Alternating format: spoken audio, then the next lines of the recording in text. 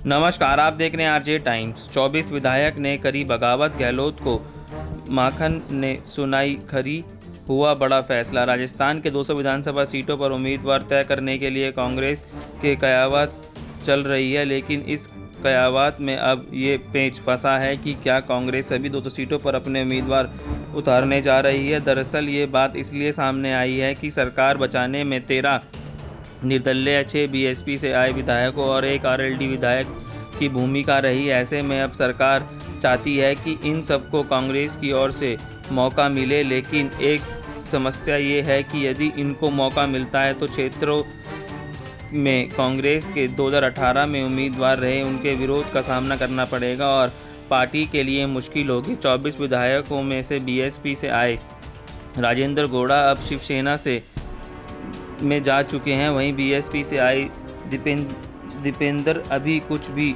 बोलने से बच रहे हैं।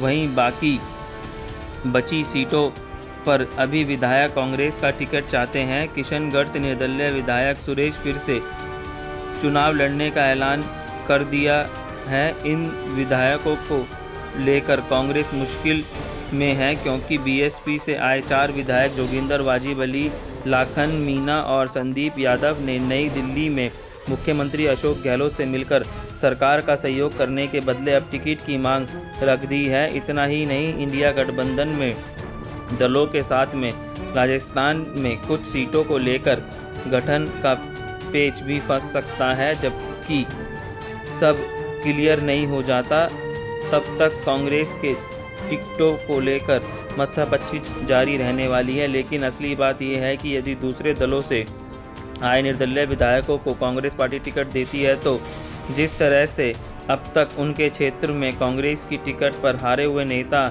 इसका विरोध कर रहे थे, अब इन्हें टिकट दिया जा सकता है तो इन सभी क्षेत्रों में कांग्रेस में बगावत होना तय है। माना जा रहा है कि यही कारण है कि कांग्रेस की स्क्रीनिंग कमेटी की बैठक में इन बातों पर विचार तो हुआ होगा, लेकिन पार्टी निर्दलीय तक नहीं पहुंच पाई है। इसी बीच नई दिल्ली में जहां पार्टी के अजय माकन ने जोधपुर हाउस में मुख्यमंत्री अशोक गहलोत से मुलाकात की और विधानसभा चुनाव को लेकर लंबी चर्चा की। दरअसल स्क्रीनिंग कमेटी की बैठक में ये बात निकलकर सामने आई है कि मुख्यमंत्री अशोक गहलोत जहां उनका साथ देने वाले विधायकों को टिकट दिए जाने के पक्ष में है, तो साथ ही कुछ ही सीटों पर इंडिया गठबंधनों ने भी समझौता चाहते हैं, लेकिन बाकी नेता इसका विरोध कर रहे हैं। वहीं मुख्यमंत्री गहलोत मौजूदा विधायकों को फिर से टिकट दिलाना चाहते हैं, लेकिन पार्टी के पर्यवेक्षक मधुसूदन मिस्त्री के पास जो रिपोर्ट पहुंची है उससे चाहते हैं कि लेकिन पार्टी के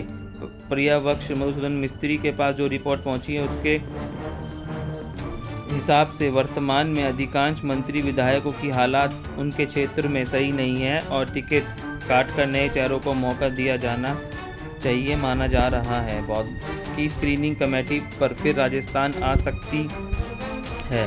इन सीटों पर चर्चा कर सकते हैं जहां पहली बार बड़े अंतर से हार हुई थी।